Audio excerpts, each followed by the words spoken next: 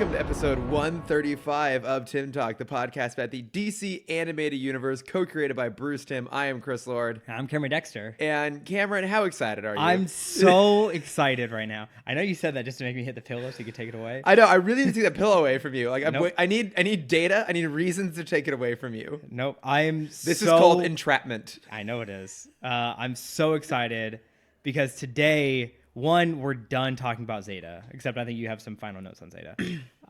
But we finally shifted the podcast from your childhood to my childhood. Yes. We the micro-generational shift has happened now. And now the age difference will become very apparent. We are day one Static. I'm so excited to finally. I mean, I've been wanting to talk about Static since we started the podcast. Yeah, this was the 135 episodes ago. This is the show you were most excited for, right?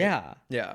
And I still am after watching these 2 episodes. It only took us 3 years to get here. I know. 3-1. And we've learned a lot. We've grown a lot as people. Yes. We've kind of figured out how podcasts work. We know we're supposed to do it every week. Yes.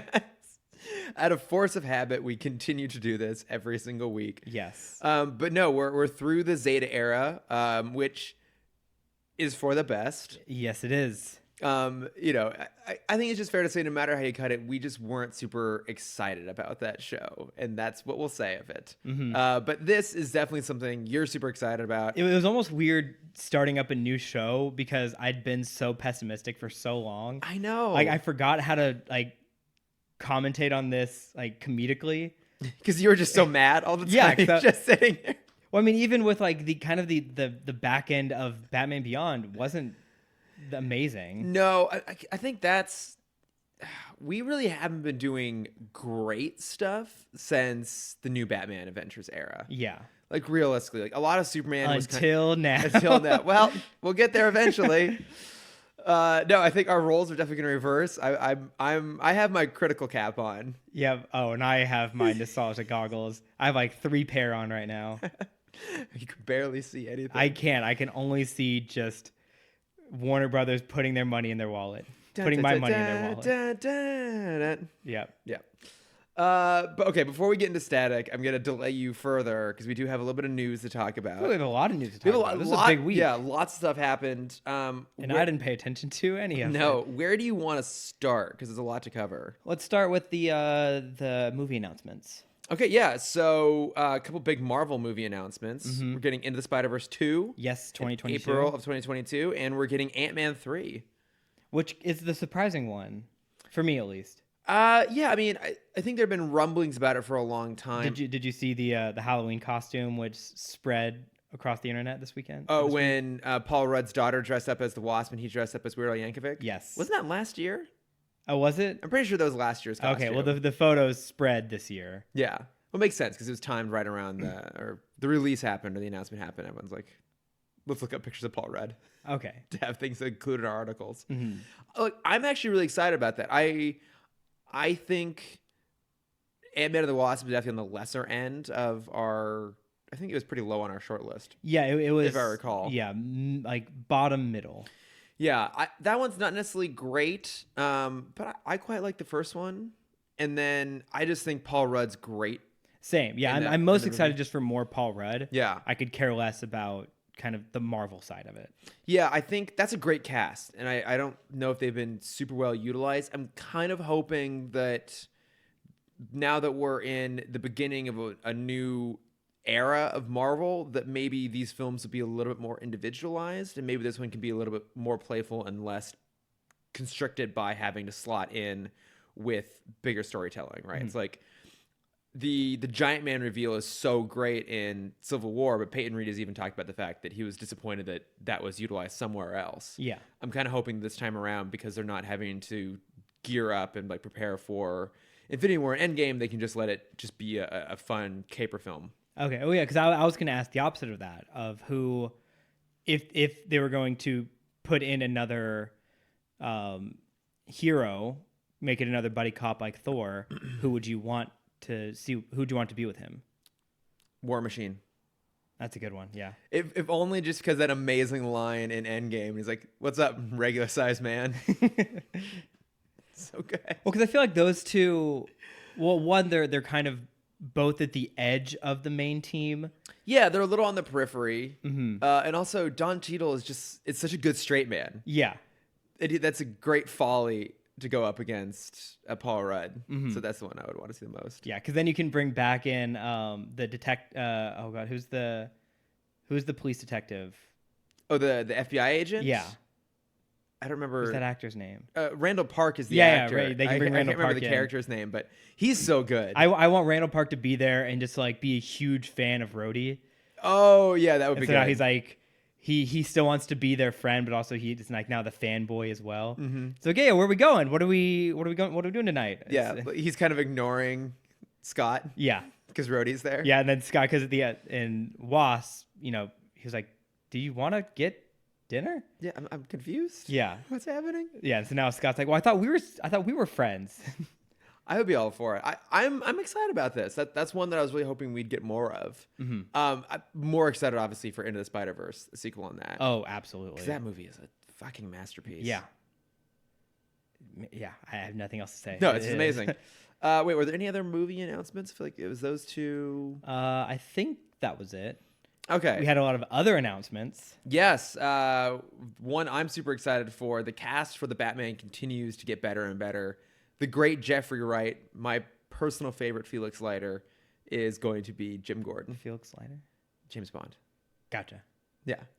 He's the Bond's CIA counterpart. Has appeared in a number of films, usually played by different actors almost every single time. Okay. Yeah, he's in Casino Royale.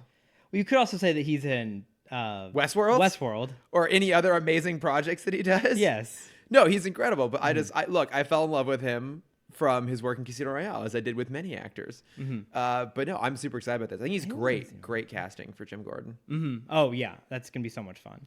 This cast is really, really stacked, isn't it? Yeah. But it's really easy to topple a big stack. What? What? What? What? This is a weird metaphor? No. Yes. Was that a segue to No. something? No. I'm saying that if our expectations are so high, we could very easily be disappointed. No, I'm saying all it takes is one thing for Warner Brothers to mess everything up. Well, to be fair, they don't always make the best decisions. That's right. So that's what I was going for. Yeah. You know what? I'm gonna leave this to you for a while. It's probably a good idea. Maybe leave the Warner Brother criticism to somebody else. Yeah. Yes. Speaking of which, should we talk about HBO Max? Let's talk about HBO Max. So they just put out their slate of shows. Well, did they announce a price point yet? I don't know if they have. Okay. I still haven't. It's going to be the most expensive one. I'm going to say that now. Probably. And I also know there's this weird complication about it. I think some HBO Go people carry over, but HBO Now won't. It's a whole weird thing. No, that's exactly it. It's HBO has two different contract systems going out. So the HBO Go is everything that's already connected to HBO channel. So those contracts are all still internal. Whereas HBO Now, Max. No, Now. HBO Now is a completely separate entity within HBO. Oh, okay. Yeah. So it's almost like this. No, that's a bad analogy. Well, okay. So I guess in the same way that ABC and the other Disney channels are what's referred to as the linear versions of Disney's content. It's traditional week to week broadcast, and then Disney Plus is the term is OTT, the over the top platforms. Mm-hmm. I guess in that same way, HBO Go will continue to be the quote unquote linear version of HBO, and then HBO Max will be its OTT version. Yeah. Well, so all three are still going to exist. That's the problem now. Wait, sorry. So they're not getting? Are they? No. So HBO Go is still given to people that have cable. Okay. So if you have a cable package, you have HBO Go. Yeah. HBO Now is a separate payment thing that has its own contracts attached to it. Okay. HBO Max is going to be a third entity that if you pay for it, you will get Go, but you won't get all of Now. Fuck. How fucking confusing is that? Very, very confusing. Yeah, so HBO Now I think is $8 to $10 a month. I don't know. That's the one I don't pay for. Same. We share amongst the family. I pay for most of them, but So Max has been rumored to be anywhere from $15 to $20 a month. What? Yes, 3 times as much as Disney Plus, coming out on November 12th for the low cost of $6.99. I genuinely wish Disney Plus was paying us any amount of money. I would just settle for a free subscription, or even just like a handful, 3-month trial, a handful of pennies just thrown at us from the side of a Disney van driving past my apartment. I would take even that, some sort of compensation for just the sheer amount of free publicity you're giving them. Yeah, everywhere. Yeah. Like right now, Santa Monica Boulevard, like every bus stop is a Disney Plus ad with the actual like arc over, like a physical Disney Plus logo and arc over the top of it. Every time I drive past it in the morning on the way to work, I think, this isn't necessary. LA has Cameron. Yeah, I stick my head out my window with a loudspeaker and just go, Disney Plus, November 12th for $6.99. You too can watch 613. You just drive down the street with a megaphone out your driver's window, just yelling at people. Yeah. Standing on corners with cardboard signs. Mm-hmm. Yeah, you think this is interesting. Wait till you hear about Disney Plus.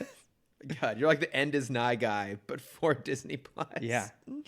But so there's a lot of content on there. I'd say, I mean, we're not going to get into like a dick measuring contest between HBO Max and Disney Plus, because I think everyone is doing that and probably doing better coverage than we will. Mm-hmm. But there is some good stuff on there, and there is some DC stuff specifically, which is why we're bringing it up. Okay.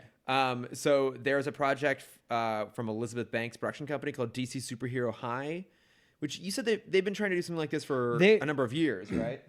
Both, I think writers and fans have been wanting something like this forever. I think originally the Clone High guys used to talk about this. Oh, Lord and Miller. Yeah. And Lord and Miller we trust. Yeah, right after Clone High, they wanted to do some other kind of superhero high school. And then I think there was a fan-made comic series about it. Well, there was that fan trailer on YouTube, yeah, there was right? the fan trailer where it's utilized Harley. a lot. Yeah, it's like the Harley Quinn story, and it utilized a lot of 10 Things I Hate About You. Mm-hmm. Yeah. So there was that, which kind of brought it to light. And then there was a bunch of fan art of just all of the Batman Rogues Gallery at high school together. Oh, yeah, I've seen some of that. Uh-huh.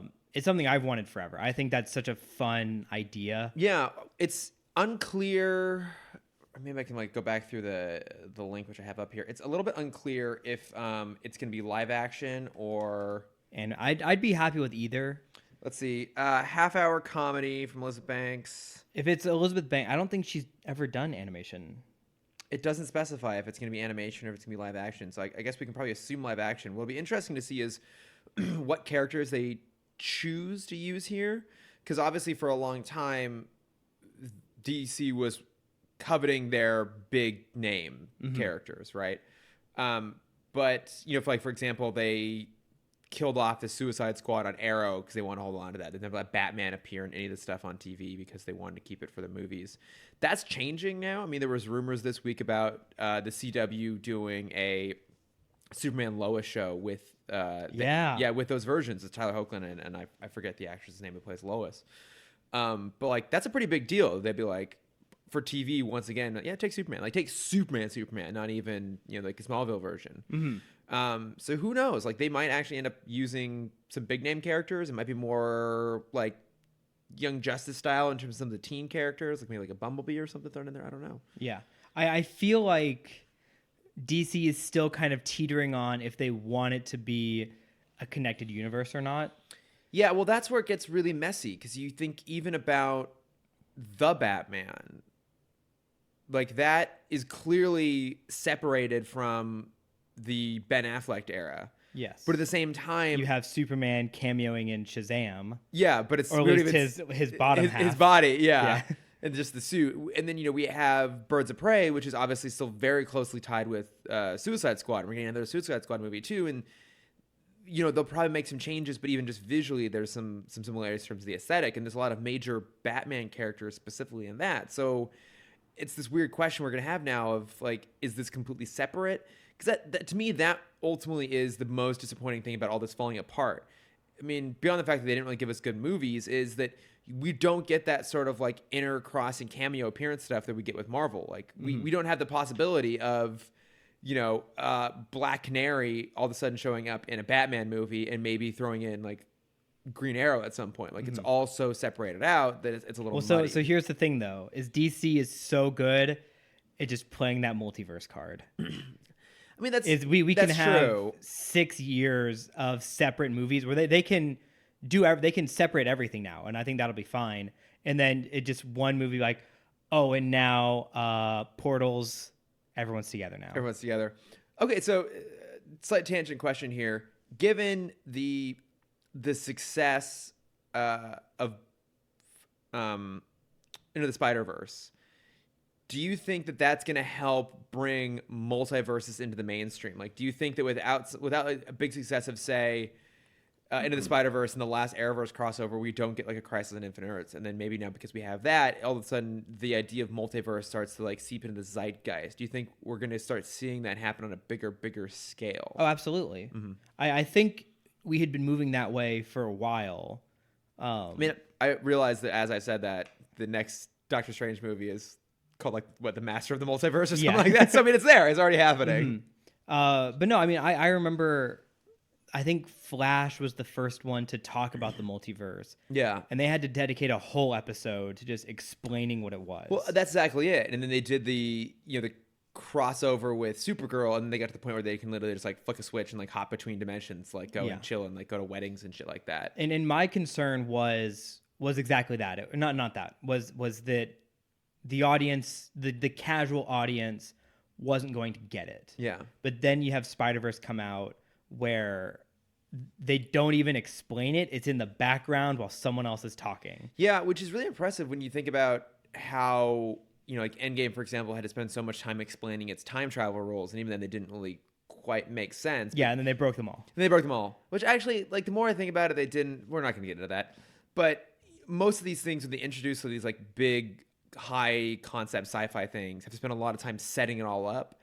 And maybe we're now getting to the point where, films are treating their audience like they're actually like decently smart. Like maybe we don't really have to get into the nitty gritty of this, and we can just kind of, as long as you get the broad concept, we can just play around this space and it'll be good. It helps with something like Spider-Verse that it has a meta tone to it as well. Yeah, but I don't know what they're gonna do, but I'm hoping there is some sort of connective tissue, because one of the other projects we're getting is Green Lantern. Yes. So Greg Berlanti is attached to this. Obviously, he's like the grand poobah of anything CW.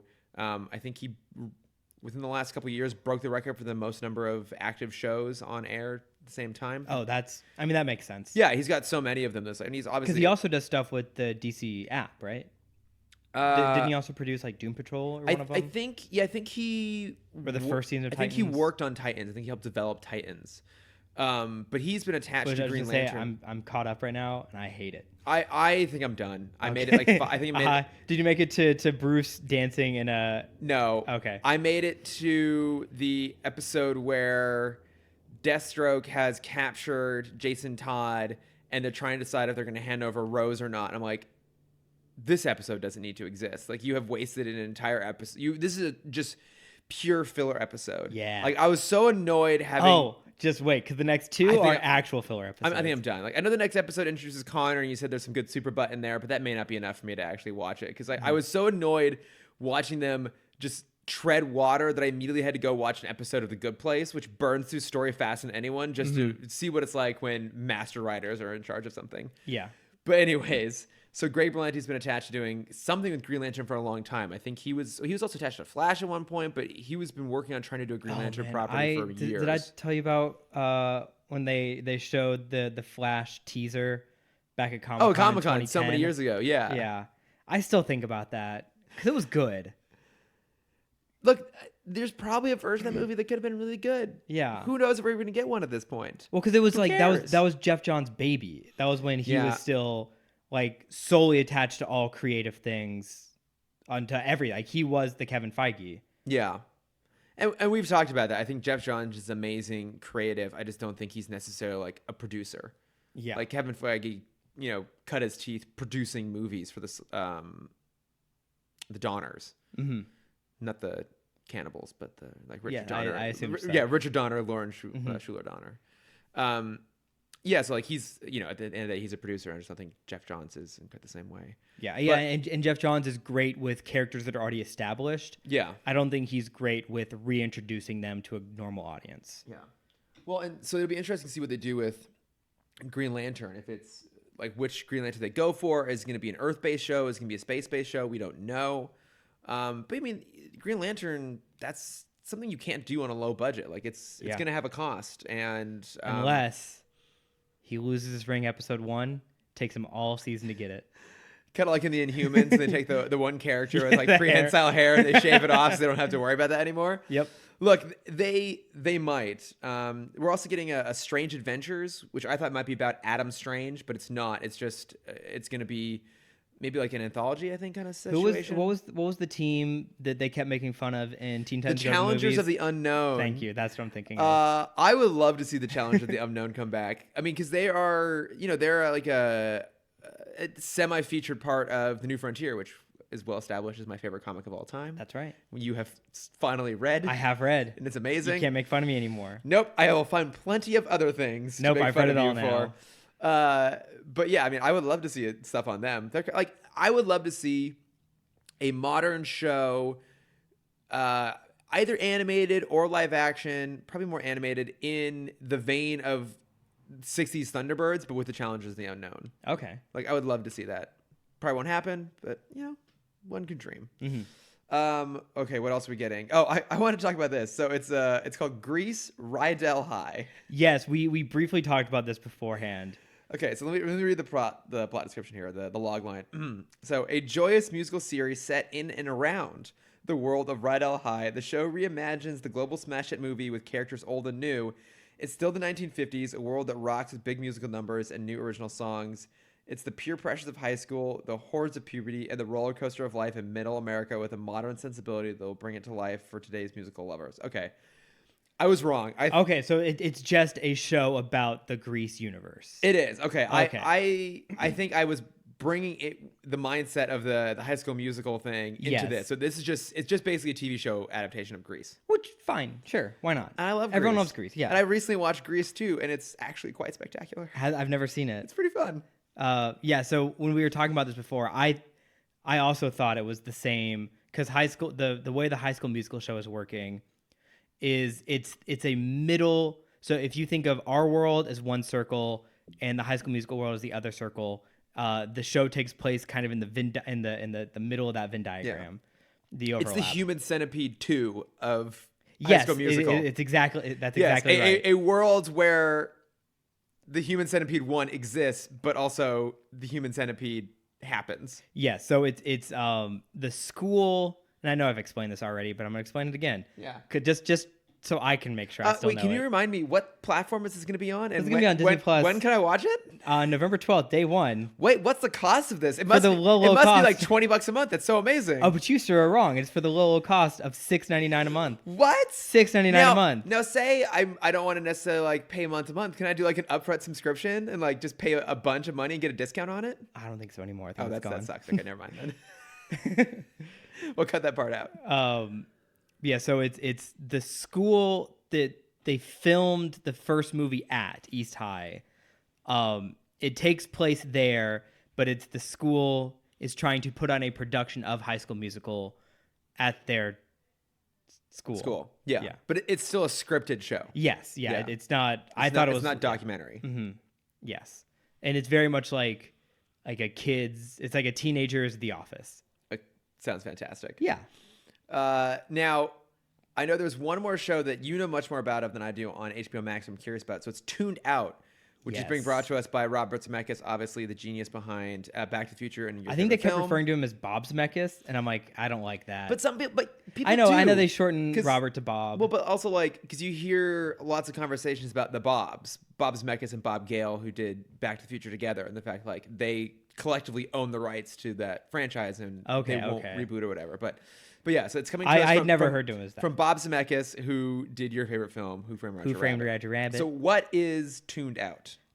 From what I understand, from just briefly reading the description, it is a person can see all the cartoon characters in his head, and it's like All the right. Looney Tunes. So here we go. The log line. Executive produced by Robert Zemeckis, tuned out as a half-hour hybrid live-action and animated comedy in development for HBO Max. Things get a little cartoony for Mac when he starts seeing iconic cartoon characters, but they're not just there for laughs. They're helping him through a very rough patch in his life.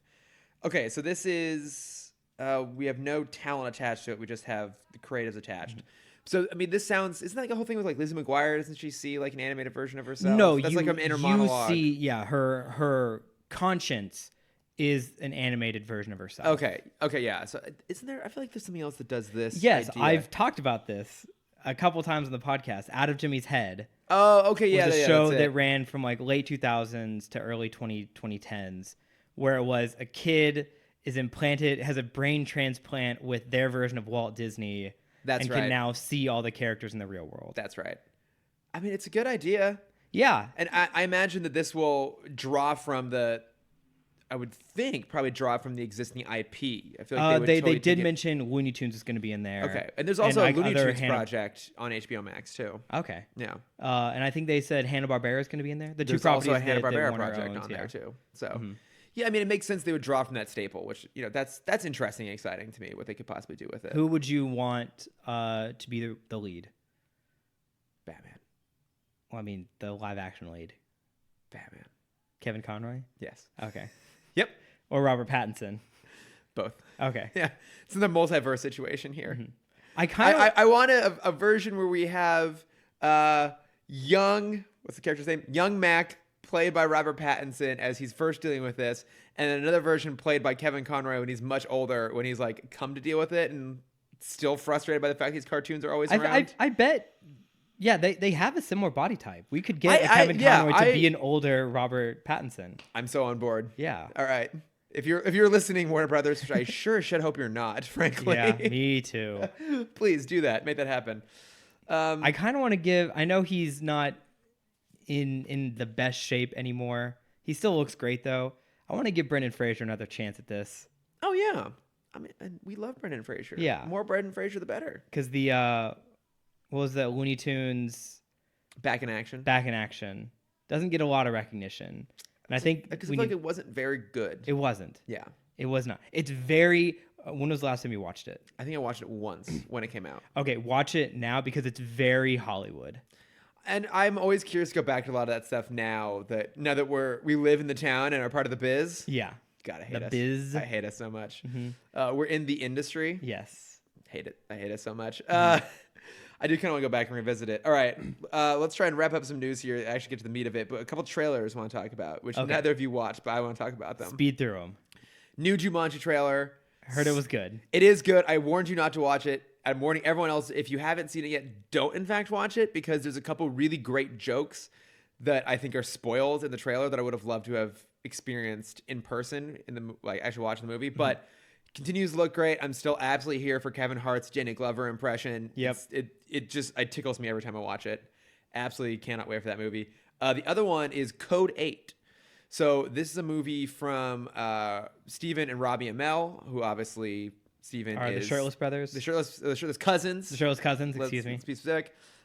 Stephen Amell obviously is Arrow on Arrow, and Robbie Amell played Firestorm. Yes. Yeah, on Flash for a bit. But they put out a short a few years ago, also called Code 8, to try and basically raise money for it, and eventually made it into a full feature. But the idea is that this is a world where like 1% of the population has powers, and they're like kind of a lower class of society, or oppressed class. And, you know, kind of typical plot points. Robbie Amell's character, like his mom is super sick and needs to raise money, so he basically gets in league with another powered criminal played by Stephen Amell, and like things kind of go from there. But one of the cool things in the trailer that's still in this movie is the police force use these almost like Chappie-esque like robot cops that are like, I think like live actors, and they replace their head with kind of like a mechanical looking robot thing. But Okay. like the short I watched a few years ago is pretty good. The trailer looks good too. So that trailer I'll put it in the show notes. Go check it out. But no, it looks good. And obviously those are two like seem to be pretty stand up guys. I don't think I've ever heard about like them in person and their kind of work ethic on their shows and stuff. And the fact they got this greenlit and made is good. And, you know, it's always good to support original content from really passionate people. So go check that out. Yeah. I feel like there was a movie 2 years ago. It was a young black kid who everyone thought had superpowers. And he was like really good at magic. Oh. And he joined a gang to kind of get money for his sick mom. That sounds familiar. Yeah, I can't remember what it's called though. Yeah, it was bad. I remember that. Okay. And I remember like the twist was a weird, very gross twist where he didn't have powers. He like installed a magnet in his arm, like cut his arm open and put a giant magnet in there and sewed his arm back up so he can always like push and pull things with his hand. It was very dumb. Well, that's a really great segue into how electrical powers don't work in Static Shock. Yes. Yeah. I mean, that was one of my first. Gotta get up. Gotta go. Yeah. Sorry. I mean, look, I was also super excited to start watching these again because I haven't watched them since they aired. And I don't think I saw all of it when it was on. I think I saw a lot of it, but I don't remember it quite as well. I haven't revisited it in the same way that I have Batman. Mm-hmm. No, so it was super fun to get back into it. But yeah, so we're starting off with Shock to Our System. Now, you have some notes on Milestone Comics. I have some notes on the development of the show. Do you want to do those first and then talk about the show? Let's save it for the end. Okay, all right. So yeah, so first episode, Shock to Your System here. I forgot that this whole series kind of like started with him already in the costume, and then we got all the explanation in flashback. Yep.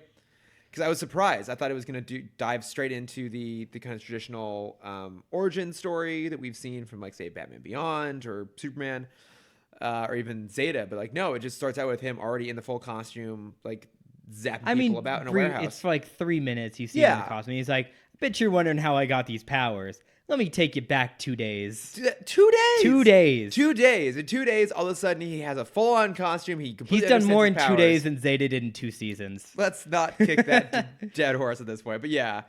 But look, I appreciated the kind of the efficiency of this episode, which, you know, that seems like a really weird thing to focus on, but it's good storytelling. Like, we jump in immediately. We get a sense that he's a superhero. He has electrical powers. We kind of get the tone really quickly, and then we flash back, and, you know, we establish his whole family. So he lives with his dad and his sister. Who can we say, Mr. Hawkins, best dad and best parent in all of the DC universe? I mean, it's a pretty maybe shallow... in like any cartoon. Yeah, it's a very shallow pool to draw from, to be perfectly honest. As we've, you know, established nothing but terrible parents in all of the DCAU. Mm-hmm. Wait, didn't we have like one goodish parent? I feel like from Zeta we had like a decent parent. Oh yeah, we did, and I don't remember who it is anymore. I mean, doesn't matter. We don't have to get into it. But yeah. No, Virgil's dad, Mr. Hawkins, obviously easily the best parent. But yeah, so we see the dynamic between the two of them. We establish that his mom is passed away. We kind of get a sense of Virgil's like wit and his offbeat charm, and he's like, I mean, can we say he's Black Spider-Man? He is. Yeah. No, I mean, he totally is. But I think... I don't know if you had that in your notes, but that was... what's his name? The not McAfee. Dre McDuffie? McDuffie, yeah. That was his inspiration of this. Is he really? wanted to make his own Spider-Man. And that's why like he's so quippy and like really smart with his kind of character dialogue. Mm-hmm. And also it's a very similar backstory. Yeah. I mean, not very similar. He's not bitten by something. But yeah, I mean, it's like... But radiation gives him powers. Like a normal kid, lost a parent figure in his recent past to gun violence. And he, basically has an accident that gives him superpowers. Mm-hmm. I think also in the future, they say, if I remember correctly, his dad also works for the homeless shelter. No, he works at the children's shelter. His dad is a social worker. Yes. Much like Aunt May. Is she a social worker? They might have rewritten it for more recently, but recently she is. Yeah. Okay, I forget. I don't even know what Aunt May does. I don't think she does anything. Obviously in Far From Home, she's like trying to help the blipped people get back on their feet. Mm-hmm. But, then in the game, she is like not the head, but she spends a lot of her time helping at the homeless center. Okay, that makes sense for him, But yeah, there's a lot of similarities. I will say that I think one thing they were smart about, that Dwayne McDuffie was smart about when he approached this character, was he makes him a little bit more grounded and relatable than Peter, who is still like a genius, an inventor, a photographer, and like somehow magically gets all the babes all the time. Yeah. They just gave that to Richie instead. Yeah, exactly. But I liked they made him a bit more of just like a normal kid. Like he's neither like super brilliant nor dumb. He's just like, he's a normal kid who, you know, like works hard and is kind of confused by his age and high school and all those social dynamics, and he has these powers on top of it. Like at the end of the day, I think part of the reason the show is so successful, it's a really great relatable character. Yeah. To everybody. Absolutely. Yeah, and they did a really fantastic job with him. But I love that he looks like a teenager, but everyone else looks like they're 30. Yeah. Like, I love that even in this cartoon, the bully, Francis, aka F-Stop, who I'm just going to continue to refer to as Flaming Mark McGrath. Okay, because I see him, like, I feel like they found a screenshot of who's the Joe Manganiello? Joe Manganiello from Spider-Man 1 and just gave him red hair. It's not far off. Because it's very close. What high schooler has... It's not even a goatee. What's that called? Like the soul patch? What high schooler has a soul patch? A lot, actually. Really? Yeah. I know in my school we weren't allowed to grow facial hair, but there was one kid in my grade who, whenever we had like a break, he would try and grow his hair as fast as he could just for like the 1 day goatee. Or not goatee, the 1 day soul patch. Like, I still can barely grow a beard. I could definitely not grow one in high school. Yeah, well, come to the South. Fair enough. Testosterone is greater down there. Yeah. But yeah, I love that character just looks like he's 30 years old. Mm-hmm. Oh, and then Ebon, what's his other name? Richie Frida Wade.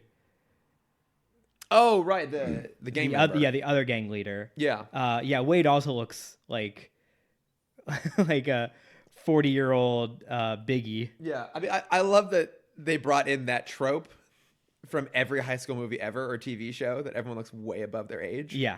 Because, so even Static is supposed to be 14. Mm-hmm. He looks a little older than 14. We'll give it to him. Yeah. So we meet Virgil, we meet Richie, the best friend, and Frida, the love interest, who's the super popular girl. She doesn't stay long, I don't think, because we get Trixie in soon. I don't remember. I'm basically rediscovering all this. Yeah, Trixie's the better girl. Trixie's best girl, for sure. Okay. Yeah, and then we meet Wade, who wants Virgil to join his gang. And this is what I love about this show, is it's such a time capsule. It's the first show that references real things. In what sense? Or at least in the DC universe. So when Richie and Verge are walking down the street, they're talking about F-Stop. And they're like, oh, yeah, he's Norman Bates. Yeah. Norman Bates meets Mr. Rogers. Yeah. And he wants... No, whatever. Yeah. Less. No, he makes Mr. Rogers look... No. Norman Bates look like Mr. Rogers. That's the one, yeah. Man, he's bungled that hard. We got it. Yeah, where like they do that. They have a Britney Spears reference in the next episode. They're like, it's such a time capsule of the 2000s. I mean... Francis is the most time capsule character of them all. His character design is flawless. He's got the soul patch. He's got like the already flaming looking red hair before he develops flame powers. The underwear coming out of the pants. Yeah, like his pants are cinched tight, but yet super baggy enough to like let his underwear come through. It's like I feel like that was the look of Warner Brothers back in the day. Like WB cartoons, every character had that exact look. Yeah. Well, and I love it. That's something that... this is the first time that a DCAU show, and it's worth noting that when this show started, it wasn't necessarily intended to be part of the DCAU. It became it down the line. But this is the first one that was actually trying to feel contemporary. Obviously, Batman had this ambiguous timeline, like this timetable of it being like old tech but new tech, whatever. And then Superman had a deliberate, like slightly future skewing aesthetic to it, and obviously Batman in the future and Zeta in the future. So this is the first one that's going like, hey, we're actually of now. Yeah, because I don't think Bruce Timm or Paul Dini had anything to do with the show. No, so Alan Burnett, who was obviously a holdover from when I saw his Ethos. name on this episode, I had like this sigh of relief. Yeah. I'm like, oh my gosh, we're Yeah, back. I mean, basically a lot of the creatives went from working on Batman and Superman and Batman Beyond towards this, and I think Dini and Bruce Timm might have been developing Justice League at this time rather than working on this. So one of the things that's interesting about this is we'll get into this a little bit right now. The comic was created by Dennis Cohen and Dwayne McDuffie, and obviously Dwayne McDuffie is the name that's like really heavily attached to this. And not only did this help like expand his comics career, but working on this then launched him into the animation space. So then he was able to work on Justice League and Teen Titans Justice League Unlimited, and he was one of the big driving forces in terms of bringing more diversity into those shows. Yeah. Like I think what I read up on was that he was one of the people that really pushed to have it be Jon Stewart Green Lantern and really wanted to have it be Hawkgirl rather than Hawkman to like bring more of that into the show. And I mean, that was the whole point of his company too. Yeah, Milestone Comics, right? Yeah. I'll just read this now because it's a cool paragraph. Yeah. And I think it connects a lot to what you have been trying to say with kind of the push for more like LGBT representation. Yeah. So this was written in 1989. I think it says a lot. 89? Yeah, that's when he started working for Marvel and left Marvel because he wasn't happy with how they were writing black characters. Yeah. He even wrote a parody, which we cannot say on the air or really say ever. Okay. But while he was creating Milestone Media, he basically described it as if you do a black character, or a female character, or an Asian character, they aren't just that character. They represent that race or that sex, and they can't be interesting because everything they do has to represent that entire block of people. Superman isn't all white people, and neither is Lex Luthor. We knew we had to present a range of characters within each ethnic group, which means that we couldn't just do one book. We need to have a series of books, and we had to present a view of the world that's wider than the world we've seen before. I'm like, that's fucking awesome. No, that's exactly it. It's like what we were talking about recently, the idea that you have to write the characters to the truth of those characters. And I think maybe that's one space where, at least initially, this show misstepped a little bit. So basically by coincidence, when I sat down to watch these, our friend and former guest CJ came over to watch it with me. I was gonna say I would love for CJ to come. Yeah, so it was fun watching it with him because CJ's black, and so obviously we are two white guys talking about a show was at the time especially actively trying to bring diversity into cartoons, which is hugely important. Like this was the first African American led superhero show. Yeah, which is amazing that it helped break those grounds. But it was funny because as we're watching it, CJ's kind of going like, and his overall thesis was, I get what they're doing. Yeah, but this was definitely written by white people. Yes. Yeah. And if you look at the credits on it, it absolutely was. And I think that's maybe something they improved down the line. But that fits with, I think, the proper intent of a lot of these creatives was to bring diversity. And they were trying to put it on screen, but they didn't necessarily have it behind the scenes too. And I think that's where it falls short. I think that's at least where now that dynamic is shifting a little bit. And that's why I think things like... like Black Panther, for example, were so successful because it had that sort of ring of authenticity to it. Because the creatives had that perspective too. Booksmart, yeah, an entire female crew. Yeah, exactly. So we're seeing that now, which is good. I think back when this show was made in the 2000s, it wasn't quite there. So I think it's a little bit flawed in its execution in terms of how it brings that in. So I like that this show actually addresses gangs.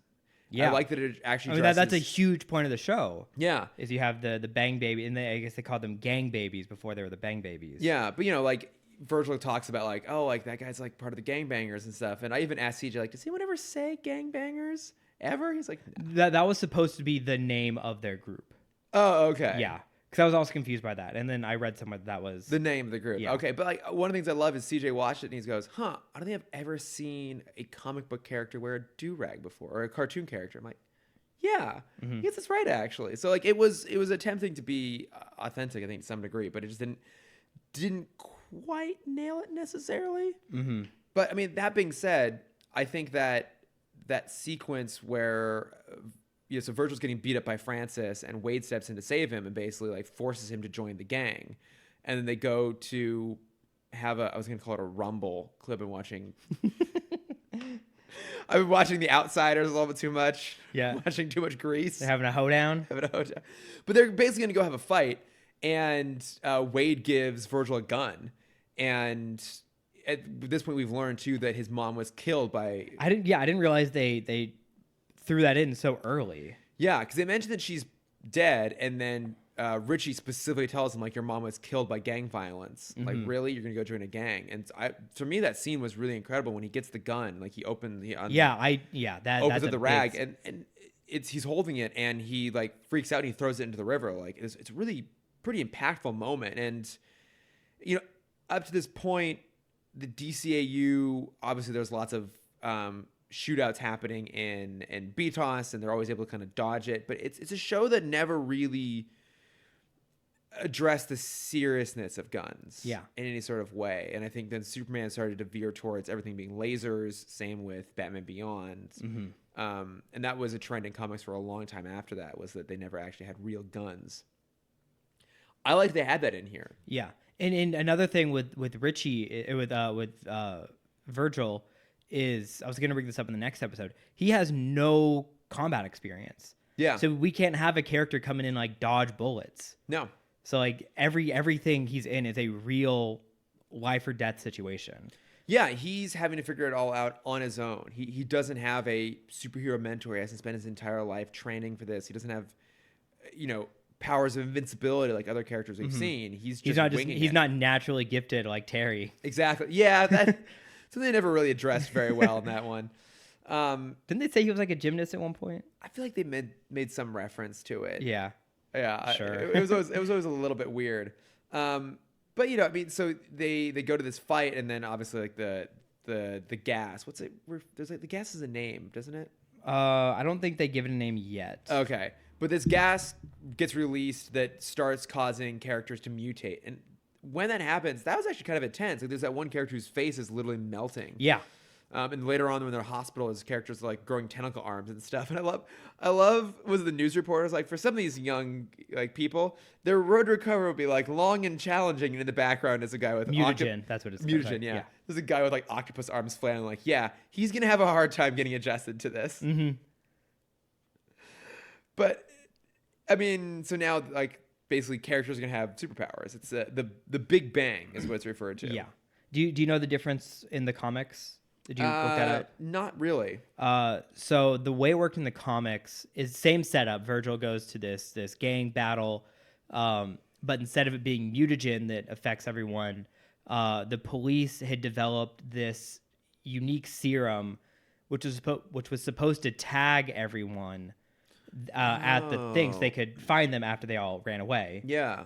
But something was wrong in the effect, and it basically there were like 500 people there, and it killed everyone. And the people that survived, there were 50 people that survived, and they all came out with powers. That's intense. Yeah. It's really intense. I mean, I can see why they changed it, but I like that version actually because it has a little more social commentary on it than it's just some random gas. Yeah. Because they did change a few things. I did look up some of the changes because, so like one is the characters are a little bit younger in the cartoon than they are in the comic because they were skewing for like a preteen audience. This is something I think we've referenced before, but in the comics, Richie is gay, and I think he actually comes out at a certain point. I think that there are allusions to it over the course of the series from what I've read and from that great video Maddie did with Watchtower Database about LGBT representation in the DCAU. Mm-hmm. But like that part of it's toned down. In the comics, the mom is still alive. Oh, interesting. She's dead. Yeah, she's dead here. And I guess Dwayne McDuffie initially was irked by that because he wanted to break the stereotype of minority families never having a nuclear family. Like the idea that like if you're African American, you don't have the normal nuclear family. So he wanted that in the comic. And he's said since then, like he sees the potential for storytelling that came out of having. Yeah. I mean, the mom one of die. my favorite episodes is when Virgil gets to see his mom again. Yeah. And like that has hit me, since I saw it back in 2003. Yeah, I mean, I think it was a smart choice on their part because it gives him a little bit of tragic backstory, which is helpful. But yeah, it opens up a lot of really interesting commentary in a way that I don't think works quite as well when they're both around. But I think some of those changes like make a lot of sense going into this. Yeah. I guess his powers are a little bit different too, and there are fewer guns in this than there would be in the comics. But that makes sense that Dre McDuffie was really trying to make a commentary with those original comics, and that they would change it slightly to make it a little more broad. Excuse me, for the cartoon. Mm-hmm. What else? So then he wakes up in his room, and I don't think it's ever explained how he gets home. No, it never But that's is. not important. Whatever. CJ had a great comment. He said that when Virgil grabs the razor and all of a sudden it starts like operating on its own, and he says like, "Oh my god, it's possessed." CJ's like, "Oh, that's very, very authentic." Like if you come like very religious background, your first thought will be it's possessed, not that you have some sort of weird static powers. Yeah, I love that he had that comment on it. But yeah, so Virgil like takes this very, very quickly. Mm-hmm. Like he instantly discovers all of his powers and how they all work perfectly. Yeah. Well, he does discover a few things throughout the next 3 seasons. But yeah, he pretty much has everything under control immediately. Okay. I wanted to say this. We're going to say this up front, and then I'm going to try not to harp on it for the whole rest of the show. All right. This is not how electric powers work. I know, because this is not electric powers. Then what is it? It's static electric powers. I don't know. I don't get it either. Yeah, like if you actually were able to generate electricity, say we're not going to get into the nitty-gritty of how that works, but say just your powers is the manipulation of electric energy. That does not mean you have the power of magnetism. It does not mean you have the power of telekinesis. It does not mean that you can listen to CDs by holding them up to your ear. Hold on. CDs, don't take that away from me. I'm sorry. CDs work off lasers, not off electricity. Because I thought that was so cool as a kid. So dumb. That was so cool as a kid watching that. So fucking dumb. That's not how any of these powers work, but we're just going to go with it and say, okay, in this version, they're not quite electrical powers. Maybe he has like... I think he also has like magnetism. Like magnetism is like a subsection of his powers.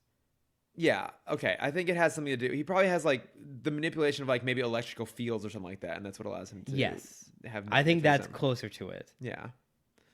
I'm trying to remember... But it's cool, Chris. It looks cool. Get over it. Okay, fine. I'll get over it. Here's what he does. Every time he's going to move a metal object, he goes over and he wraps the metal object in wire, and then he runs electricity through it, and now all of a sudden it's magnetized. Yeah, so what you don't see are very tiny, microscopic wires that he has everything connected to in his hand. That's how he does it. Okay. Yeah. All right. My rant is over. Yeah. For now. Also wrapped around a sewage pipe underground. Yes. Yeah. Oh, God. Yeah. Hey. It's a great ending. I'll move on from there. Where do his costumes come from? Halloween. Really? Yeah. Do you not save your Halloween costumes? I mean, yeah, I have a whole closet full of cosplay. Yeah. And why wouldn't he? So he went as Black Vulcan at one point? Yes. Thank you. I couldn't remember his name. I thought it was an earlier version of Black Vulcan. I had to look it up. It's Black Vulcan. Yeah. But that was a fun nod. But yeah, he just pulls out of his closet. There's like a 30-second long costume. You know what? Here's my guess. Montage. Here's for those first 3, because it's very like it's spandex, like jacket like it's such a shift for number 4. Such a huge shift. Because like they did the same joke in Supergirl, but at least with that, it's kind of like they were kind of similar enough. With this, I feel like it wasn't his closet; it was his sister's closet. I'm so important now. And she had that weird like electric symbol shirt. Yeah, like that was some Halloween costume she had. I mean, it's a super quick way to like burn through that really fast, and it does make more sense than how Peter Parker sews together that Spider-Man costume. Yeah, in one night. It makes no goddamn sense. Well, because a spider could do it. Why can't he? That's true. It's just spun web from his butt. Yeah. Spun together. Yep. Yeah, so dumb. Okay, so I'll buy that his costume is his sister's clothes. Yeah, and then so what we don't see is they do the 3 costumes in his sister's room. She comes in, busts them, and they go into his closet, and that's why it's so vastly different than the other ones. Right. All right. I'm on board. You've convinced me. Okay, he's got his costume. So he gets in like what? There's like a brief fight with a Bang Baby, right? And then he shows up at the school later to help decorate. No, it's not a Bang Baby. It's 3 guys just robbing a warehouse. Oh, that's right. That's right. But then he goes while he's there. He discovers that the new computers for the high school are amongst the items that are shipped, and rather than have them just get delivered the normal route, he takes them. Yeah. And delivers them to the gymnasium where they're decorating for the dance, not the computer lab where they're supposed to go. Yep. And then he shows off his powers and introduces himself to everyone as Static. He uses the right name. And he like flirts up Frida a little bit. Yep. Why? Why not? Touche. Mm-hmm. Because you remember when you're that age, you do something, you want to tell someone about it. What do you mean that age? I still do that. Yeah, exactly. All the time. He needed to tell someone about it. He knew Richie was going to be at the gym. He saw this thing. He's like, well, I mean, I guess I can just show off and then I can lift this like weird server that the computers are getting. Yeah. The school is getting.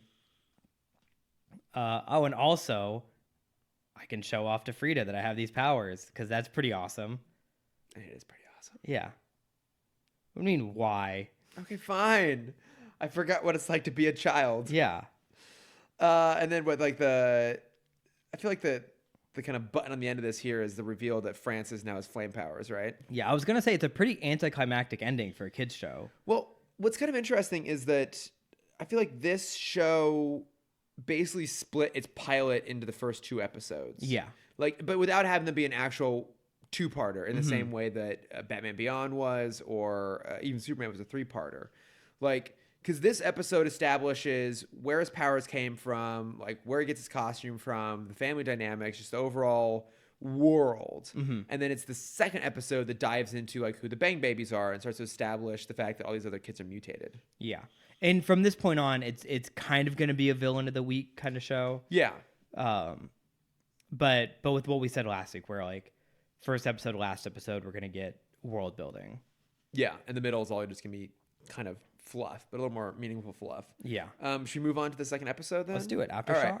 Yeah. So like we said, in Aftershock, now this establishes that the event is referred to as the Big Bang. And it picks up immediately from the first episode. Yeah. So he's watching a news report of the crime he stopped the night before. Yes, exactly. And so the town is now talking, like within 2 days, the fact that these Bang Babies exist like really seeps into the town. Like, yeah, how would you react if LA suddenly had superpowered people? I mean, I wouldn't hear about it until the weekend when I actually am able to bring my head out of the sand. Mm-hmm. No, you'd have someone come into the office. Someone with powers. Yeah. Everyone like run to the atrium. Oh, so check out the guy with powers. Someone would want to sign that person. I mean, it's different in LA because we would like welcome that so fast. That's absolutely true. It'd be the new hot thing. We gotta get him as quickly as we can. Well, it'd be like Beast Boy in Young Justice, where they give him his own show. They give him his own show, just so he can transform. Yeah, it's absolutely true. Yeah, that would happen. So I'm surprised that's not more of a. I feel like that'd be a great joke for a bunch of these superhero shows, where it's like an agent shows up one day and just tries to hire him. Yeah. It's like, look, we have these 7 scripts ready for you. Yeah. You're going to be the star in all of them. We're going to save a killing on special effects. Because, I mean, like, some stuff kind of alludes to that a little bit. Like, remember the movie Mystery Men? Mm-mm. From the late 90s? I think it's also based off of a comic, but it's a superhero satire at a point when superhero movies weren't, like, really out there yet. Mm-hmm. But the main character, he's like Captain Awesome or something like that. Played by Greg Kinnear, is like the Superman archetype. He's a lot like who's the major hero in The Boys? What's his name again? Oh, I don't remember. Yeah, I know he you're fits that talking archetype, about. but his costume is Major Glory. We'll give him. Yeah, it's kind of like that. His costume is literally covered in like sponsorships and stuff like that. It's kind of fun. Yeah. But like the whole town's like going all about this to the point where Virgil's dad is out there like at City Hall demanding the mayor like, you need to do something about these Bang Babies. Well, yeah. They're causing problems I would everywhere. be freaked out. Well, we'll change it to Dallas. if people in Dallas started getting superpowers, I would freak out. Well, I mean, I'm going to be a little bit mean here, but I don't think we need to give people in Texas superpowers, do we? No, Yeah. certainly not. Is this in Detroit? I They- think they say a city? It's like a stand-in for Detroit. Okay. It's Dakota City, but it's That's right, Dakota City. yeah. I mean, look, to be fair, I wouldn't want to give people in LA superpowers. No. We would be insufferable. Traffic stops if there's a crash, like on the side of the road. Yeah. If someone gets pulled over by a cop, traffic stops. Yeah. Well, everyone here is so desperate for attention. Could you imagine if they had like powers to really show themselves off? Oh God. City would be What late awful. night do you think they'd go to first? What, late night? Yeah. Fallon. That's a Fallon. Kimmel. That's I think it's a Fallon bit. Oh, I bet that's a Kimmel bit. I think he would try and get them as fast as he could. Yeah. Fallon. He's a little more desperate than the rest. Yeah. Then they go to Conan. Yeah. Conan would actually know what to do with him. Yeah. Fallon would just like, I don't know, Let's play a tussle their hair and game. get burned out. Yeah. But yeah, everyone's like, We have all these foods in front of you that are very gross. Oh no, that's Corden. Never mind. Jesus Christ. Yeah, so all the town is like freaking out about it. Because yeah, there's like people with superpowers now, including Francis, who now goes by Hot Streak. Hot streak. God, the most 2000s character ever. I do want to start a new segment of our show. Okay. Of best quip every week. All right. Did you write it down? I did. What was it? Newton's laws are catching up to you, Hot Streak, or should I call you Burnout? Oh, got him. It's a sick burn. It's a good one. Yeah. But yeah, so we quickly figure out that there's like a cover up basically that the mayor is in cahoots with this guy Edwin Alva, who's some big Who they say mogul tycoon. Makes Bill Gates look poor. Yeah, brilliant. Yeah. But yet he still drives himself around and like has just little casual conversations with some random city's mayor. Did you happen to catch who voices the mayor? I did sound not. familiar to you at all? I wrote down every other voice. I did not write down hers.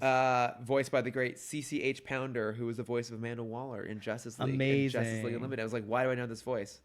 That's the why. Because I couldn't place Francis's voice. Who is it, Francis again? So I wrote it down. The actor's name is Danny Cooksey. So he does Hot Streak Francis. Also, so he's a bunch of kids show characters. So Okay. his first big role, in my opinion, was Stoop Kid from Hey Arnold. Oh, Stoop Kid. He was basically every side character in Invader Zim. Okay. He was Jack Spicer from Jalen Showdown, the main villain. Skeets, who was one of the bullies in Recess. Dave the Barbarian in the show Dave the Barbarian. and a bunch of other minor characters. Looking at this here. Oh, Danica McKellar voices Frida, the voice of Miss Martian. Yeah, I wrote that as well.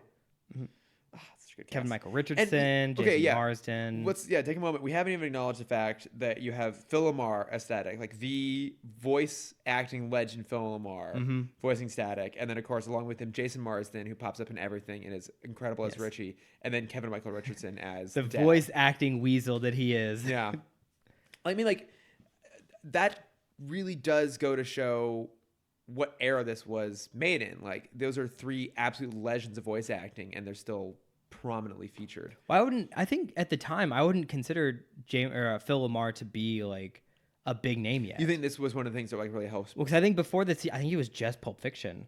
Well, in Mad TV. Yeah, and Mad TV. Yeah. But for voice talent, I think this was kind of his first big thing because it was this, then it was Jon Stewart. Yeah. And then it was Samurai Jack. Samurai Jack. And then he exploded. Futurama. Yeah, Hermes. Oh, God. Hermes. I guess Conrad. Hermes would have been before. Hermes was 2001. Yeah, okay, yeah. So that would have been first. Yeah. Hermes Conrad. Great character. Amazing character. I fucking love that show so much. But yeah, so we now have the whole, like this bigger plot going on that Edwin Alva was responsible for the gas. They didn't really explain why he had that out there. They will later. Okay. Because there's a really cool episode that involves bubble wrap. Cannot wait. Cannot wait. Oh man, I forgot how dumb that episode is. Yeah, it's but so good. There's like a cover up. The mayor is in on it, and then Static is trying to get the evidence, and he is able to get it from some facility, one of Edwin's facilities. Yeah, it's basically. like Alva Industries. Yeah, I thought this was kind of interesting. So he's there and he gets trapped inside of a container. Who's he fighting with? Just generic henchman. He gets trapped inside of a container and he realizes that if he electrifies the gas, it'll increase the pressure and break the chamber. Yeah. What? Is there a scientific problem there? I would imagine that it would probably destroy him before it would break the glass. Yeah, but what if he made like electric earmuffs? Like not just his ears, like it would probably like squeeze his body. Also, if you electrify things, I guess you would. I don't know. It's been too long since I did any of the sciences. Yeah. I know. I mean, no. Well, okay, because the ideal gas law is PV equals nRT. So if you, I guess if he technically increased the temperature of the gas as a result of electrifying it. Yeah. But even then, the heat produced from electricity is caused by resistance in wires, not by the actual electricity itself. I don't know. He gets out. I have just enough like engineering and science knowledge. This is gonna bother you. Left over to know that this stuff is crap, but not enough to know what it's supposed to be. Yeah. It's a very frustrating state to be in. Because I thought it was smart. And I'm like, oh, just like Spider-Man. He uses science and wit. Did you feel like we maybe needed a moment of him in like a science class or something like that to have learned, like to have seen that he learned that lesson somewhere and then applied it, or were you okay with the fact that he just knew that off the top of his head? Well, I mean, we already saw him in the science lab looking at on the microscope, looking at his blood compared to Richie. Was that before or after this? That was before this. Okay. Because Virgil is worried because his dad made a comment of static is good now, but who knows what kind of effects, long-term effects, the Big Bang is going to have on these Bang babies. Oh, yes. There's that great sequence where he goes to the doctor. Yeah. And he like, run all the tests on me. It's like, I'm going through some changes. Yeah. He's like, what kind of changes? And then the doctor assumes that he's just out there just like banging people left and right. Yeah. It's just puberty. Yeah. That Richie is just, not Richie. I keep saying Richie. Me too. That Virgil is just like ridiculously sexually promiscuous. Yeah. And out there banging his way through the whole city. He is killing it. Yep. He's slaying left and right. I mean, that was kind of a funny sequence. I also loved later when Francis was throwing flaming hot dogs. I loved that. I thought that was so good. So that's dumb. why they call them hot dogs. I literally have. I fucking love the writing on this show. Is that your other pun? That's my other clip. Yeah. Your other clip of the week. I just have a note in here that's just the pants. I'm really obsessed with. They're so good. With Francis's pants. They're like, so they're good. Just so ridiculous. Yeah. Pants shouldn't work that way. But they do. He also tucks his shirt into his underwear. Remember that. Oh my god, that's right. He does. I mean, that T-shirt is very, very tight. Oh yeah, because every shirt in the 2000s was so tight. So tight. I love that Francis gets his Biff Tannen moment. Mm-hmm. Do you know what I mean? Yes, I know who Biff Tannen is. Do you know from Back to the Future? Okay. Where the shit. Yeah. Shit. Yeah. He gets covered in manure. Yeah. Because Francis gets a sewer pipe dumped on him. Yeah. Which is just really unsafe. Yeah. We also learned that everyone has kind of weaknesses now. So Francis can't touch water. Do we get that? Well, you see the firemen kind of put him out. Oh, okay. With water. Oh, and Francis lures Static to a place where there's no metal anywhere. Yeah. So like we also learn in this that Francis isn't dumb. Like he's not just a dumb bully. Yeah. Like he does think things through, and I think that's important because with him and Ebon or Wade, who we'll see coming up soon, they're they are the gang leaders. Like they are very smart guys, and it's really cool to kind of see this all play out between the three of them, and then whenever Bandman comes in, four of them. Because that's something that persists through the rest of the show, right? Is the idea of there being gangs and the effects of gangs on the kids in the town, right? Yeah. So we don't really see what happens to Hot Streak's gang anymore. Okay. But Ebon, he still has his main crew is still with him. Okay. Because they are all mutated and he still kind of leads them. That makes sense, yeah. And they're sick.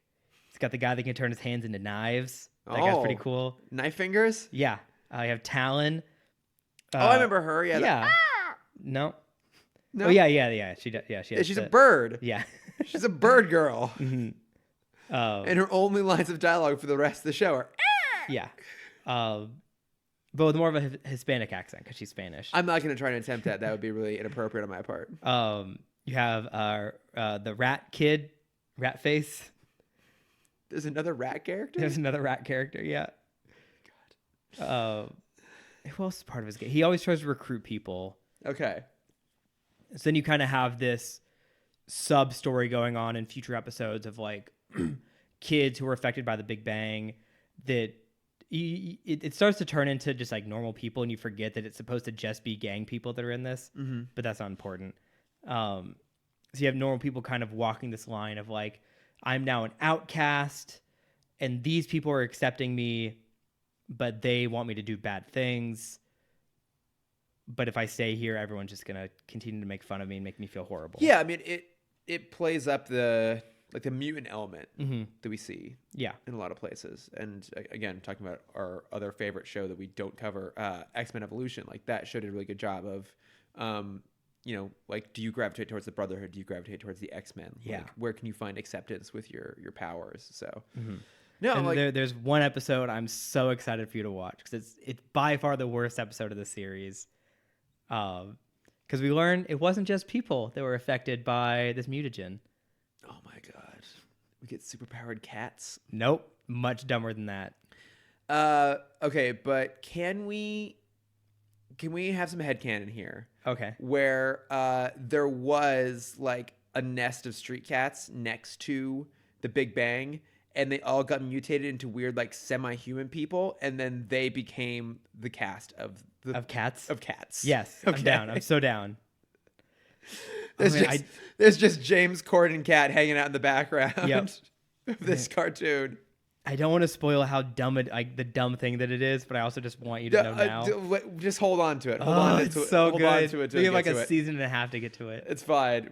Well, we have so many things to look forward to over the rest of this. The people that know, they know. They know. It's so dumb. Like, that is one of the things I'm really excited about with this is really the first one that I don't have any recent memories of. Because I revisited a lot of BTOS. Superman I saw a lot of when I was a kid and remembered a good chunk of it, and I would rewatch some of it, and then I rewatched all of Batman Beyond a few years ago. Yeah. And I think I rewatched Static maybe 5-ish years ago. Okay, yeah. So like with Zeta, like I never watched that as a kid. Same. So I mean, like it was a new show, but we weren't as invested in it as we are in this. We're like, this is the first time I get to like truly revisit some childhood stuff I haven't seen since then. Yeah. I'm really excited about it.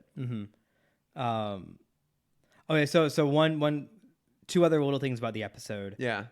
One of which I think is just rude, just because I know the creator's past, and it's after he stops Francis by dropping a sewer pipe on him, or the contents of the sewer on him. He just leaves that out of the ground and walks away. Yeah. For like the I guess the city to clean up. Yeah. I think that's hilarious because McDuffie, his start was on damage control. Oh, really? Yeah. Oh, that's great. And I'm like, how dare you of all people know that's not how they should handle this. So, I mean, that's one thing worth noting is when they started working on the show, Dwayne McDuffie was brought in as a story editor and writer. So he would have been in the writer's room, I think, for these early episodes, but he actually had nothing to do with the development of the show, which happens before the writer's room even starts. Okay. So I think maybe he had an increased presence over the course of the series, but I think maybe some of this really early stuff was more in the hands of like Alan Burnett and some of the legacy BTOS team. Okay. But that is really funny. I bet that was in there deliberately, just a little nod. Yeah, just to like enrage him. Yeah. No, I mean, like that is one of the things that I'm excited about in regards to revisiting this is that Dwayne McDuffie does have this really fantastic legacy, and unfortunately he has since passed since all this came out. So it's really great that revisiting this is an opportunity to go back and like reappreciate his work. Yeah.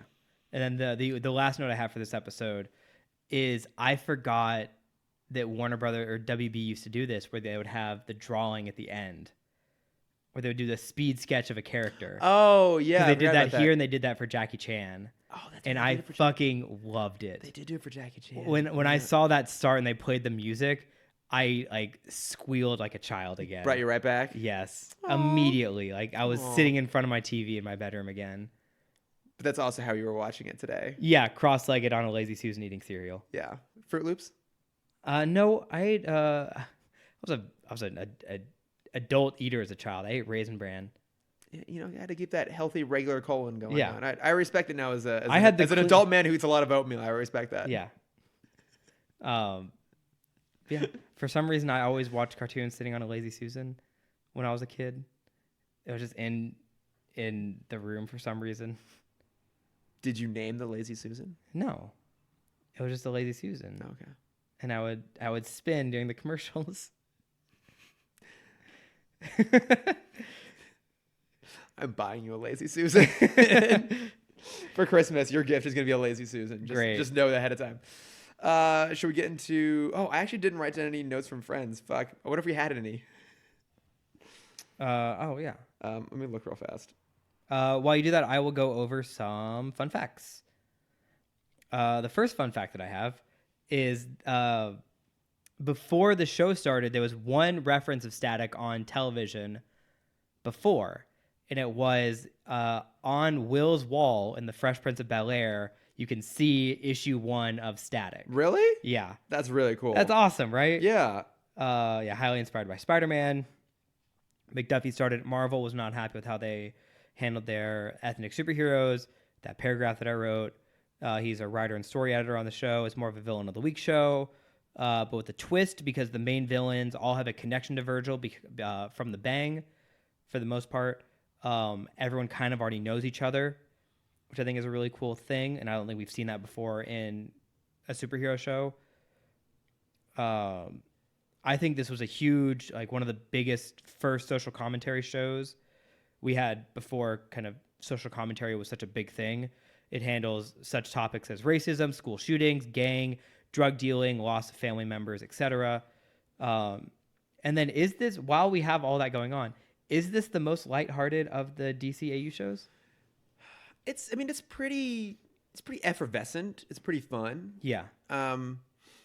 Yeah, I mean, obviously BTOS is dark, both in aesthetic and in tone. Mm-hmm. And Superman was... bright but serious. But yeah, it was fairly serious. Superman is generally a pretty serious character. Yeah, I would say so, because, you know, Terry was fairly quippy, because he too is really heavily Spider-Man inspired. Mm-hmm. But the show was dark. The show was visually dark. Yeah, I think that's fair to say. And he was kind of broody a lot of the time. Like, Yeah. not Batman broody, but still pretty, like... his base attitude wasn't just, like, happy. Yeah. No, I would say so, yeah. I think, you know, one of the things I read, I was reading through some, like, just general commentary on the show when it initially came out, and the sort of reviews that it got, and obviously got really positive ratings. It was a hugely successful show, actually, when it came on the air. I think I still have the numbers up here. Yeah, that's more. I'm not going to get into it, but like, I mean, it was doing really, really well in the ratings. It was Good, like because it's a great show. Yeah, it's like the top handful of shows. Like, it was greenlit for season 2 within the first month of airing. And I think there's a number of reasons. Was it after the Shaq episode? It was clearly after the Shaq episode. The one Shaq episode. Like, we need more of this. Look, I think like 6 more Shaq episodes. It's so weird to look at this kind of now as adults 20 years on in a very different social and entertainment context. But you think about when this show came out, like we said, this was the first African-American led superhero show. So all of a sudden there's a bunch of kids who are seeing people like them for the first time ever on screen, which is hugely important. I think started the wave, because I remember after this, Cartoon Network had Juniper Lee, which I think is probably the next one. Okay. Where it was I think she was Japanese, a Japanese kind of almost crime fighter. Yeah, well, Jackie Chan Adventures. Jackie Chan, yeah, it came out at the same time as this. And like, but having it be kids though. Right, yeah. Yeah, Juniper Lee was a kid. Helps a lot too. American Dragon Jake Long. Yeah. El Tigre on Nickelodeon. Oh, yeah. Yeah. Like, amazing show. And so, like, we've talked about this at length, and we'll probably continue to talk about it, but, like, that's super important to have people be able to see characters that literally physically look like them on screen. But also, it's just a super relatable, fun show. And one of the reviews I read specifically said that it addresses serious things without ever talking down to its audience or pandering, which is something that you and I were critical of even on BTOS. Occasionally, it would feel like, oh, this is their a PSA episode. Yeah, like their PSA episode, mostly about trains. But so many trains. So many trains. You always gotta look out for those damn trains. What was happening in 1993 where there's so many trains? So many train accidents. More than you could possibly imagine. Yeah. It was a national crisis. Apparently. And that had to be addressed in kids' cartoons. But this already in that first episode, had a moment, a very serious, real moment addressing the dangers of guns. And even if it was done in a slightly oblique way, the message still comes through. But that never disrupted the flow or the energy of the show or the tone. And that's, I think, going to be one of the fun things going forward is seeing a show that is targeted at kids and is trying to teach something valuable to kids, but isn't treating them like kids. Yeah. Which is a challenge. And it's a really challenge as an adult to figure out how to do that. And I think this show does a good job with it. Mm-hmm. So agreed. We don't really have any notes from friends that went and scroll through. And that's fine. It's an off week for us, but that's fine. Please say hi, guys. We're lonely. Yeah. No, it's all good. Should we get into some bat plugs? Let's do it. I know you have something you want to plug. Yeah, so I just watched the first episode of Watchmen on HBO, and I'm really, really impressed by it. Good. I know you don't share my opinion on it. It's not with the show. I wasn't in the right mindset for a show like that. But I'll get into that in a second. You talk about the good things first. I think what I was most impressed by, and I won't really get into. There are, I guess, some kind of spoilerish things. There's some reveals in the first episode that I'm not going to mention because when they happened for me, I was like really, really like blown away by them. I'll tell you off air. Was like, holy fuck. Okay. But what I was really impressed by in this show is the world building. There's so many really interesting things happening. Like even the opening sequence is like really, really intense. It's really intense. And there's a moment towards the end of the pilot that kind of ties it back in, but otherwise it feels kind of disconnected. But I think it's so interesting about this show is they were really smart about how they approach this, because obviously it's set in the world of Watchmen, but it's now what the world would be like in the modern day after the events of Watchmen have happened in the 80s. Yeah. But I also think it's clever that they went for a really street level look at it. So the show is set in Tulsa, Oklahoma. And I think by doing that, you give a very different side to the superhero dynamics, because there's not only superheroes in this. The whole thing in this world is that now everyone wears masks. So the cops wear masks to protect their identity, and then there's like a white supremacist group that has been inspired by Rorschach called the 7th Cavalry, and they wear Rorschach masks. Mm-hmm. But everyone wears masks. Everyone's protecting their identity.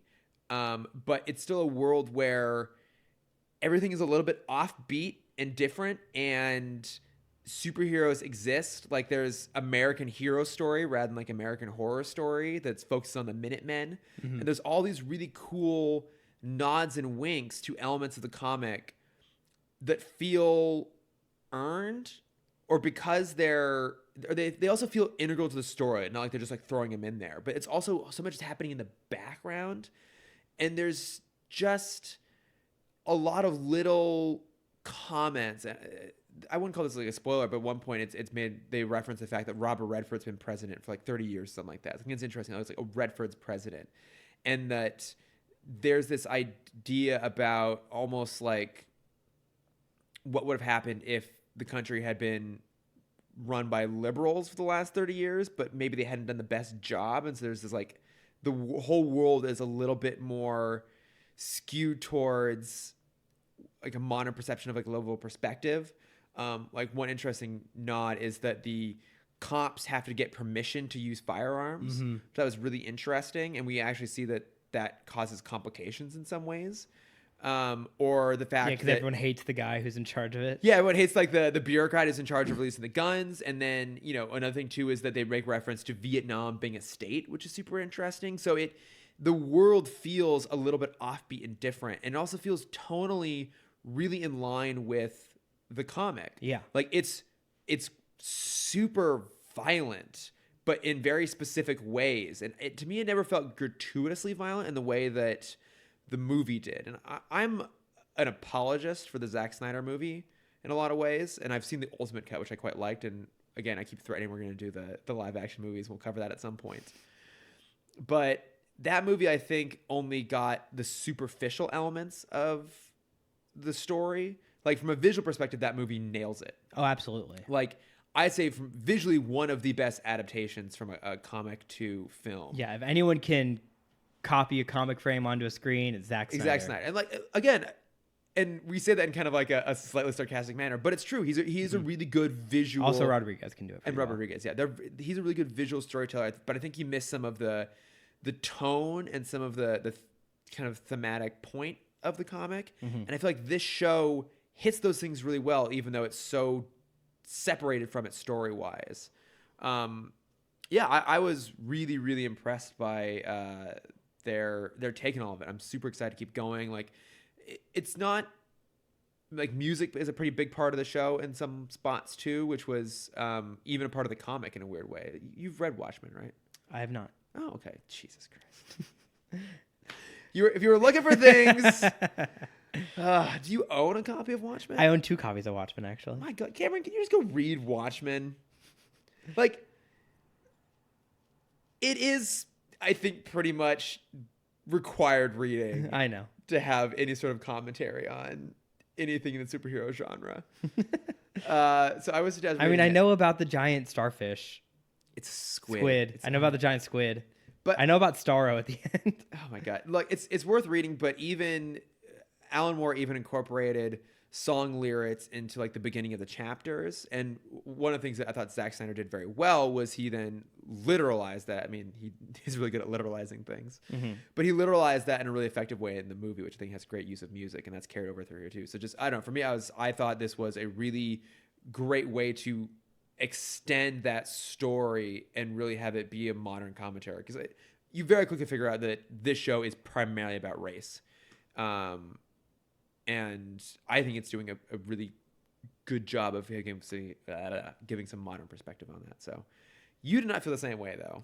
Like I said, I just wasn't like super. I obviously wasn't as focused as you were on it, because I missed all of that. I mean, I know you weren't super keen on it. I might go rewatch that first episode. I will. It's not that I didn't like it. It's just how HBO sets up their shows right now, and I think this one might be handled better. But I don't like it when they give me 50 questions in the first episode and then answer 3 by the end of the season. Okay, I agree with you. When you describe it now, I feel like I just wasn't paying enough attention where they didn't do that this time. But like that was my biggest concern with like Westworld. The Leftovers did the same thing. Okay, I never watched The Leftovers. And Westworld, I think, does that to a problematic level. Yeah. I think that creative team is actually just like obsessed with trying to make it as confusing as possible. And I would say the big difference for me between... And they got mad when everyone figured it out immediately. They figured it out super quick. I think the difference I would find between Westworld and the first episode of Watchmen is when you're watching Westworld, you're going, what? A lot. When I was watching Watchmen, I was going, oh, that's interesting. I want to know more about that. Okay. Because it's all just like this kind of like background stuff. It's not necessarily they're posing questions, but they're introducing ideas or concepts that aren't fully explained, but they're not necessarily... So they're mysterious, but not... I don't know. They didn't feel unanswered for me, at least. Okay. Yeah, I'll give it more chances. Yeah, I would say give it... Maybe go rewatch the first one. I'm definitely going to go watch the second one. Like I was really, really impressed by it. I'll probably wait 2 or 3 weeks until I could just watch them all back to back. Yeah. So I have less questions. You have fewer questions. Fair enough. Is there anything else you wanted to plug? I'm trying. I don't think I watched anything new this week. I just like watched all my Halloween movies. I'm gonna regret asking this, Cameron, but what is your list of Halloween movies? Funny you should ask that, Chris. What did I watched? I watched a few new ones. I watched Evil Dead for the first time. It's the original? Good. Yeah. Oh, nice. Yeah, I really liked that. Watched Scream and Scream 2 for the first time. Watched It and It 2 for the first time. My go-to is obviously Halloween Town. Yes. 1, 2, 3, and 4. And then Alvin and the Chipmunks Meet Frankenstein and the Wolfman. They're great movies. I'm sure. With great music. I'm sure they are. The Brooklyn Nine-Nine Halloween episodes are great. Mm-hmm. Have you watched those? No, I've never seen any Brooklyn Nine-Nine. I would start with the Halloween episodes because I think those are the paintball episodes of that series. You know I can't do that though. Why? I can't just watch an episode of a show. I have to watch it in order. Okay, that's fine. Yeah. I I have very specific tics, Cameron. I have a dumb plug. You don't have to include it because it's anime. Also, I'm not including any of these. I'm just asking you. Yeah, what I you're know. watching. I know. Yeah. I'm not going to all this work. Yeah, that's fine. I went to go watch the One Piece movie in theaters, One Piece Stampede. I also didn't realize how I knew there was a lot of episodes, but I watched a summary video. There are 1,000 manga issues, 900 episodes, 24 video games, 19 movies, 14 stage plays, and 1 theme park, all based around this property. Now, how insane is that? Are those all different parts of one ongoing story, or are some of them like adaptations of each other? Some of the stage plays are adaptations. The first 4 are retellings. After that, it's always been a new story. Oh my God, that's insane. Yeah. And I was talking to one of my coworkers about this. Like, we thought the Pokemon craze was big in America. Like, One Piece craze is still huge in Japan. How was the movie? It was great. Okay. It was the most fan service I've ever seen in a show, in a movie before. That is saying something. That's saying a lot. Yeah. Because I watch a lot of fan service. We watch a lot of very fan servicey things. Yeah, but like every major character that's been in every arc for the past 900 episodes had a cameo in one way or another. That's pretty fantastic. The idea, I was giving my coworker the sentence description, and it's a pirate holds a pirate expo, and then the Marines show up to stop it, which causes more pirates to show up to stop the Marines, which causes more Marines to show up to stop the new pirates. So escalation. And that's the entire movie. Sounds pretty good, actually. It was so good. Wait, did you end up watching Teen Titans versus Teen Titans Go? No, not yet. Oh, you gotta watch it. I know Halloween things are over now, though. I'll watch it now. Okay, fine. It's so good. Mm-hmm. We have to like rewatch it though before we talk about it because it's been like 3 weeks since I watched it. I've been rewatching Teen Titans as well. Okay, I'm holding off on rewatching Teen Titans in anticipation of the eventual spinoff of the show called Titans Talk. Yeah. Well, I just needed to like wash my mouth out after watching Titans from last week and this week. And like, let's just remember what it was like when it was really good. Yeah. I mean, I think I told you that I rewatched Teen Titans Go to the Movies recently too. It's great. And I forgot they include the original theme in the end of it. And I've been like had it in my head and listening to it all week long. Teen Titans. Yeah. Oh, that's so good. Do you remember the band? Something Go-Go? Nope. Nope. Okay, there we go. Then I don't. Then I don't remember. Hi Puffy Yumi. Yep, don't remember that. Yeah, they had their own. That's what I have you here for, Cameron. They had their own cartoon show for 2 seasons on Cartoon Network. Of course they did. For some reason, and it was great. I'm sure it was. I think, are we good? I think we're good, should we wrap it up to land this ship? But yeah, if you want to reach out to us, if you have fond memories of Static from back in the day, or if you're rewatching along with us, or if you also happen to watch Watchmen this last week. Yeah. Or if you watched whatever Cameron was talking about, One Piece. No one did. Something. And that was like my upsetting things. I had no one to talk about One Piece with. Okay, if someone listening watched the One Piece movie, please write in just so that Cameron knows that there are others out there like him. I know obviously I know they exist. My friend that I normally talk about this with is in Japan right now. Oh, okay. So he hasn't seen it yet. That's fitting. Yeah, right. And also ironic. Mm-hmm. But no, you can find us at Timm Talk Pod on Facebook, Twitter, Instagram, and Gmail. That's right. Cameron, where can they find you? They can find me at CamDexter_Adventures. I will have just gotten back from Dapper Day This episode comes out, so I'll have a lot of dapper photos. Have you figured out what you're dappering? I did. Okay. Are you gonna say on air? Well, yeah, it'll be after. That's true. Yeah, it's not a surprise for anyone. It's only a surprise for me. Yeah. I'm doing Benny the Cab from Roger. Oh my God, I cannot Roger wait to Rabbit, see. yeah. Cannot wait to see. And then if you want to follow my art, I'll be attempting to post some free Disney Plus promotion on my channel. Oh my You can God. find that at Cameron.Dexter. And you can find at Disney Plus Yes. On any social media platform you On want. any and all. Yeah. Yes, and on any home entertainment system starting November 12th. For $6.99. $6.99. But thank you everyone for listening. Welcome to the era of Static Shock. We did it. It's going to be a lot of fun. Superhero Static Shock. Whoop, whoop. Thanks, everyone. Bye.